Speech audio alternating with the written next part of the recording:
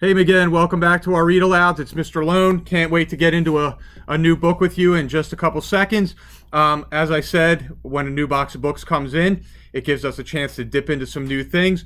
And part of the order that I just had come in has a bunch of books in it that are kind of tributes to libraries, tributes to reading.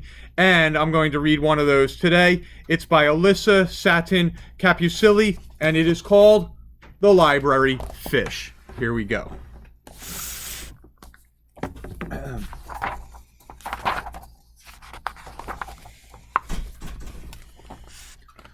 Once there was a fish. She was not an ordinary fish. She didn't live in the sea or the ocean. She didn't live in a river or lake. In fact, when Mr. Hughes, the librarian, found her, he said, "I'm not quite sure where you came from, but if you love stories, you've come to the right place. Some libraries have their lions, but this library will have you, fish." Hard as it might be to believe, Mr. Hughes was sure the fish wiggled her tail. She may have even smiled. And from that day on, she was known as Library Fish. She made her home on the desk of Mr. Hughes. It was the perfect place to welcome all the visitors to the library. From where she sat, Library Fish could check each book that was borrowed and returned. Library Fish quickly grew to love story time. Mr. Hughes read stories that made her laugh out loud. He read poems that filled her with wonder. Mr. Hughes read in a bold voice. He read in a whisper. Library Fish met characters who were brave and kind, while others were daring, shy, or inventive. Library Fish learned about distant planets she might visit one day. Of course, Library Fish enjoyed an outing too. She loved days spent on the bookmobile. Winding through busy streets, Library Fish could feel the excitement of the crowd awaiting their arrival. Mr. Hughes made sure everyone found just the right book. He always chose something wonderful to read aloud to. Hard as it might be to believe, Library Fish was certain the bookmobile enjoyed a good story as much as she did. She could feel his engine rumble with joy. "I want an adventure. Poetry, please. I need a long book for the road. Any books about puppies? What's the latest in the Wizzy Wizard series? I think meerkats are cool. Libros en español, por favor. Are there any new graphic novels? I'm just learning to read." Oh, I hear that all of those things every day. One morning, Library Fish awoke bright and early. She awaited for Mr. Hughes to arrive with his usual "Good morning, Library Fish." She waited and waited, but the library doors remained closed. Where could Mr. Hughes be? Library Fish looked out over the shelves. Every book sat patiently in its place. She looked out of the long windows. Could it be? There, for as far as she could see, was snow. Thick snow. Falling faster and harder than Library Fish had ever seen before. It reminded her of a story Mr. Hughes read, where snow fell so high and wide, it made busy city streets come to a stop.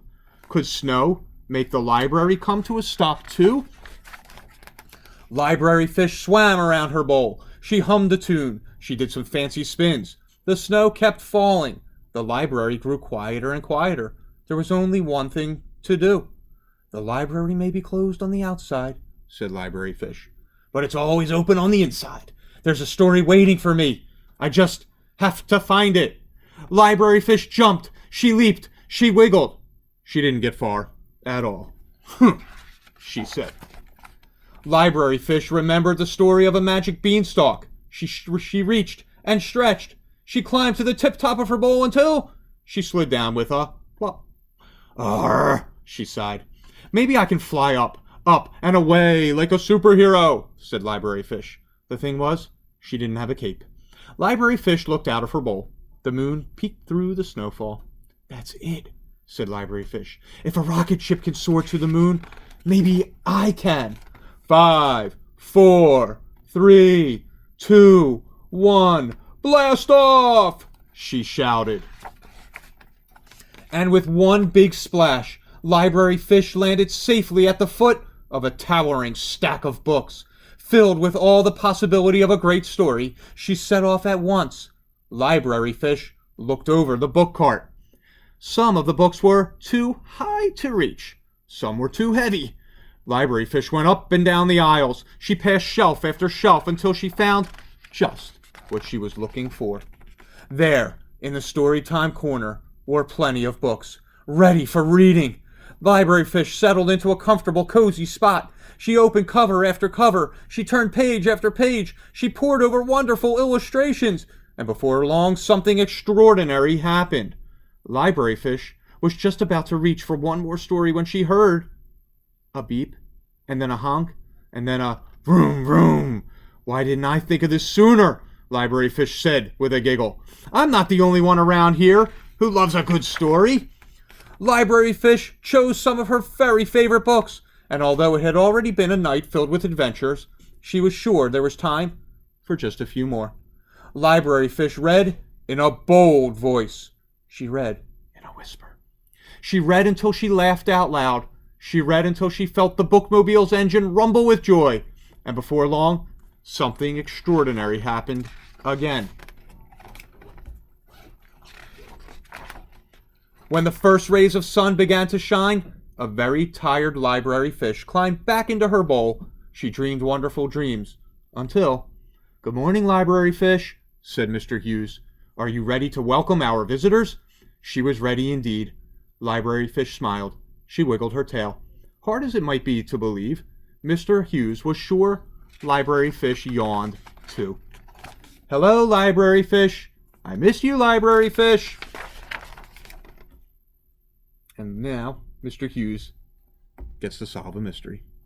So, boys and girls, I hope you love that story that just encourages going on adventures with books, enjoying what they bring. I have to tell you, that's the first time I've ever read a book where there was a guy librarian. How cool is that? I've been waiting for that for a while. All right. I hope you have an awesome night. We'll be back with another Read Aloud tomorrow, and I'll talk to you soon.